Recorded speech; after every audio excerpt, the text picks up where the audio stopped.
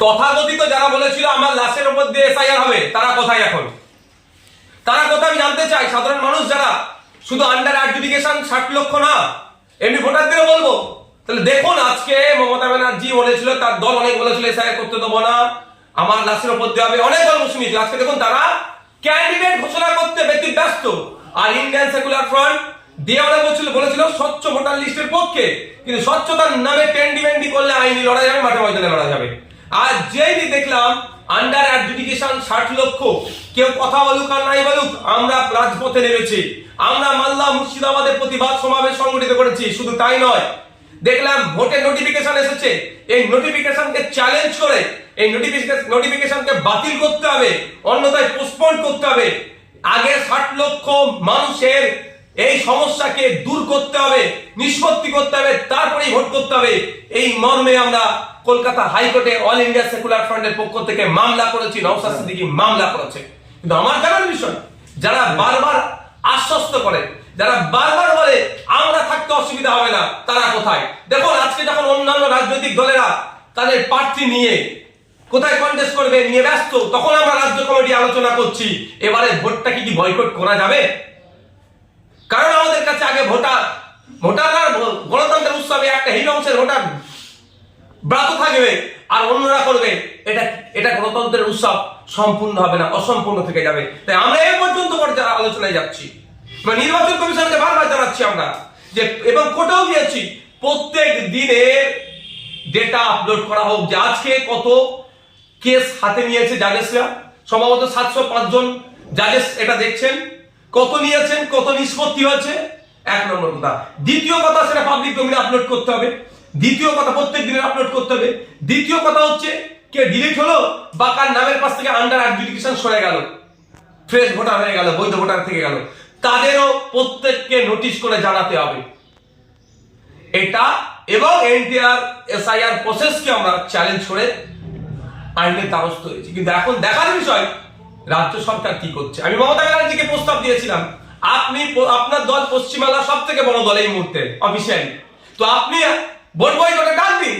আপনি বয়কটের ডাক দিলেই, কেন আপনি তো ধর্ণায় বসেছিলেন, আপনি তো প্রতিবাদ করছেন। আর সত্যিকার অর্থে যদি প্রতিবাদ মানুষের স্বার্থে হয়, ভোট বয়কটে ডাক দিন।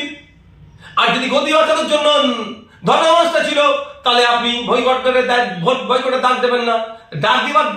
ভোট বয়কটে ডাক দেওয়ার বলেছিলাম যে আপনার পাশে কেউ থাকুক আর নাই থাকুক, নওশাদ সিদ্দিকী থাকবে, আইএসএফ থাকবে। এই ইস্যুতে পশ্চিমবাংলার ভোটাধিকার কেড়ে নিচ্ছে আর্টিকেল 326, যে রাইট এক্সারসাইজ করতে দিচ্ছে না, এক্সারসাইজ যাতে করতে পারে সেই মর্মে ভোট বয়কট করছে, যাতে নির্বাচন কমিশন চাপে পড়ে।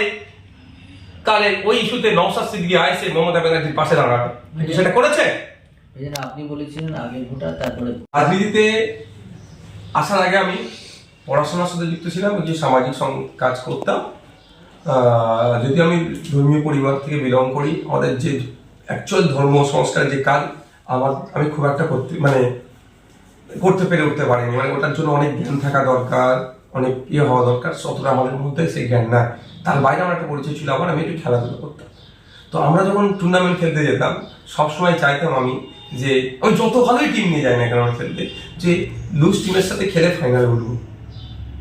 সবসময় চাই, সবাই দেখুন, সবাই যখন এই বিশ্বকাপ হয়, গ্রুপ যুক্ত যখন হয়, দেখবেন একটুখানি আপনারাও জাস্ট আমার দেশ T20 ওয়ার্ল্ড কাপ সবসময় দেখবেন যে সহজ গ্রুপ থেকে উঠে গিয়ে আস্তে আস্তে আমাদের জিতে। যখন অস্ট্রেলিয়ার গ্রুপ স্টেজে বিদায় নিল, তখন আমাদের অনেকে খুশি হয়েছিল, কারণ একটা বড় টিম গ্রুপ স্টেজ থেকে বেরিয়ে গেল, ভয়ঙ্কর টিম একটা অস্ট্রেলিয়া। তো স্বাভাবিকভাবে আপনি যে কথা বলছেন, যত তৃণমূলের শক্তি দুর্বল হবে, তত তো আমাদের লাভ।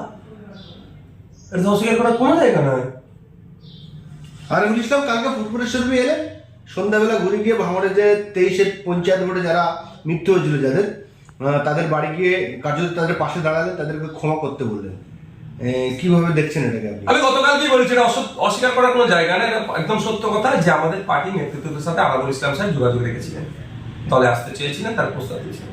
এই মুহূর্তে একটু আলোচনা যখন করেছিলেন, তাদেরকে প্রস্তাব দিয়েছিল যে আমাদের দলে নেওয়া না নেওয়ার থেকে বড় প্রশ্ন হচ্ছে, আমাদের যারা ক্ষতিগ্রস্ত হয়েছিল ভাঙড়ে, 3টে মা তার সন্তান হারা হয়েছে, কেউ স্বামী হারা হয়েছে, কেউ পিতা হারা হয়েছে, কেউ পুত্র হারা হয়েছে, তারা যদি ক্ষমার নজরে দেখে, পরবর্তীতে আমরা বিবেচনা করব। তিনি গতকালকে আনুষ্ঠানিকভাবে দল ছেড়েছেন, ফুরফুরা শরীফ এসেছেন। শুনছিলাম বিগত দিনের তিনি যা কার্যক্রম করেছেন সে বিষয়ে তিনি তওবা করেছেন, ধর্মীয় ভাষায় তওবা বলে সেটাকে, অর্থাৎ নিজেকে আত্মশুদ্ধির জায়গাতে নিয়ে যাচ্ছেন। তিনি ভুল করেছেন একটা পার্ট।